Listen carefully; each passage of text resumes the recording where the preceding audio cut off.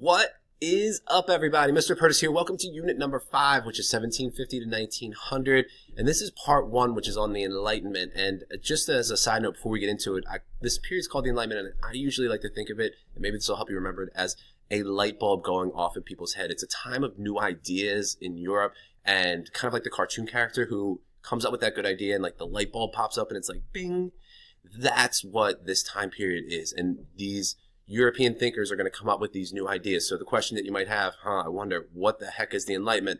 Well, it's mainly in Europe, and it's going to be a political movement. So it revolves around government structures. And people in Europe, especially upper class, intellectual, smart people who are very well educated, some of the smartest thinkers of any time period, are going to start questioning what the role of government is. What's the purpose of government? Why is government created? What is the exact reason that governments exist? And the question becomes, what is the relationship between citizens or people living in a country and their government?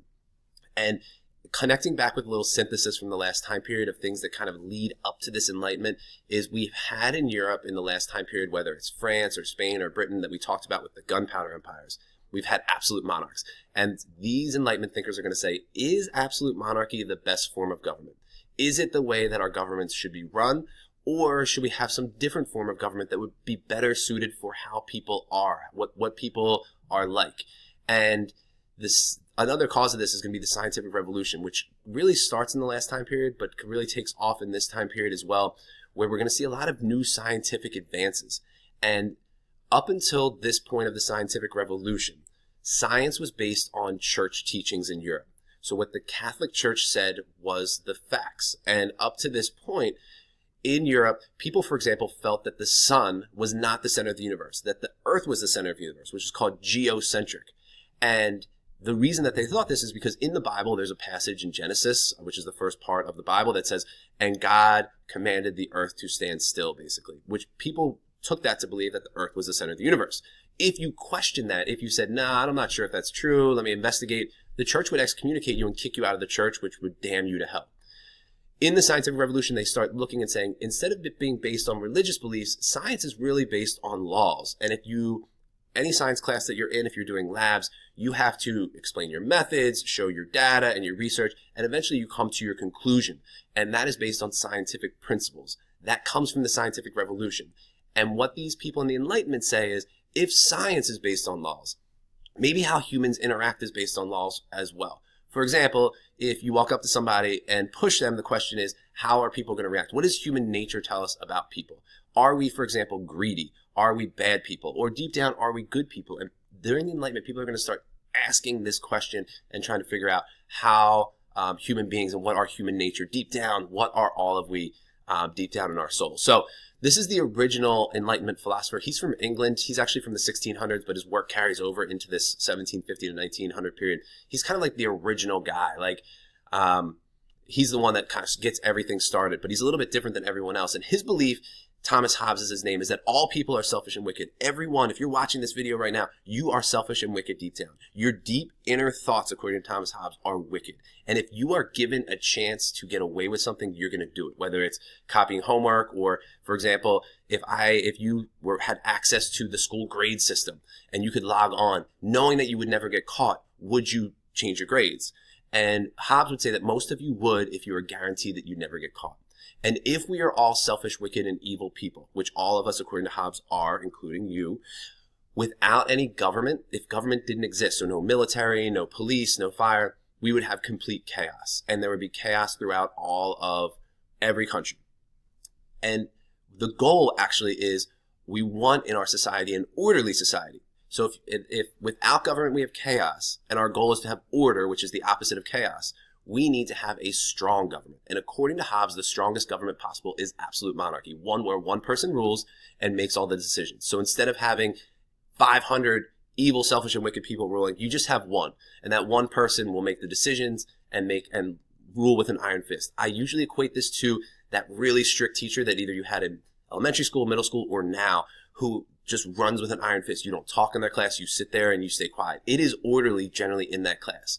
He is not seen as the father of the Enlightenment. This guy right here, John Locke, is seen as the father of the Enlightenment. He takes Hobbes' idea of observation of people, and he says that deep down, people aren't evil. deep down we are naturally good people, and we constantly are trying to improve ourselves. We're constantly trying to get better. And the only way we can get better, the only way we can do better is by interacting with people. And if we interact with people, we learn from our mistakes, from their mistakes, and we can come to conclusions based on what's the best possible for everybody.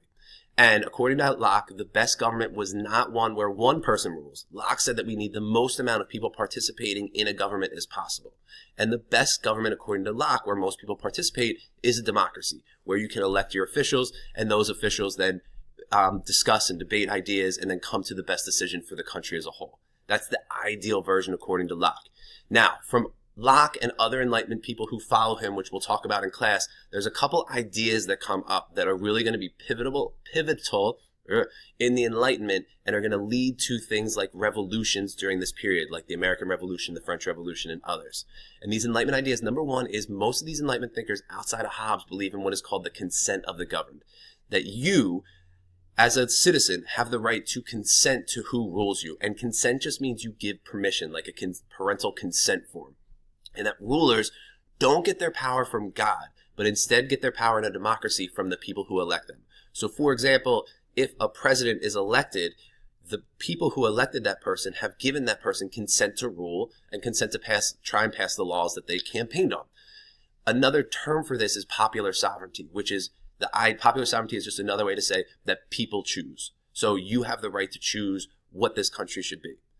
Another idea is what's called natural laws, that these are rights, according to Locke, that you are born with. They are natural, they're within you, and they are something that governments should never be able to take away. And if you took U.S. history in 7th grade, you probably have heard the idea of life, liberty, and pursuit of happiness. That's from Locke. That's from the Declaration of Independence, but it was stolen from Locke.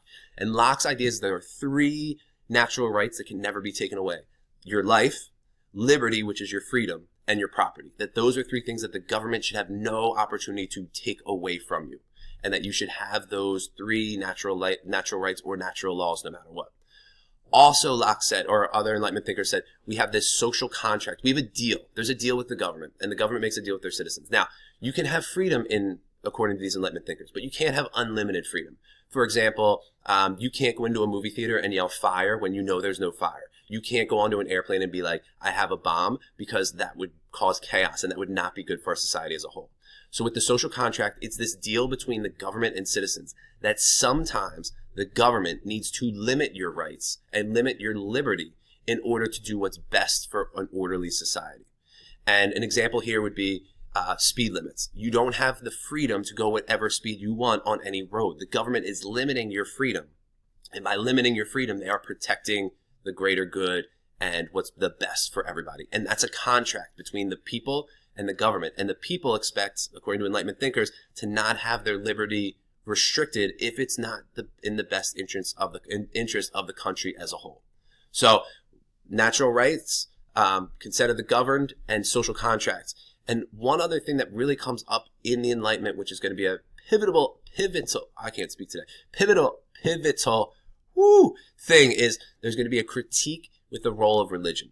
That these Enlightenment thinkers believe that religion is not good for our society, and that really religion tells you what to think, and instead you need reason. You need to think through things. And they're significantly going to criticize the church, the Catholic Church, and Christianity in general, because most people in Europe are Christian at the time, that what is read about in the Bible, in Old and New Testament, isn't reasonable. It doesn't make sense. There's no logic to it. It is about faith.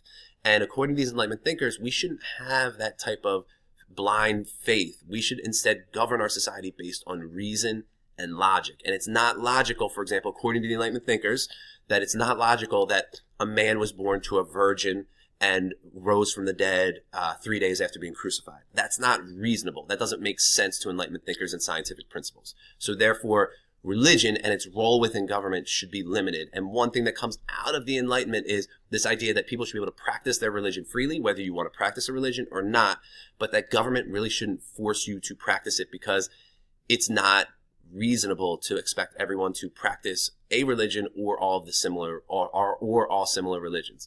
So that's what I got. That's on the Enlightenment. That's just a brief overview. We'll do more on another Edpuzzle or more in other videos, but I hope that makes sense. As always, if you have questions, let me know, and we can talk about it more.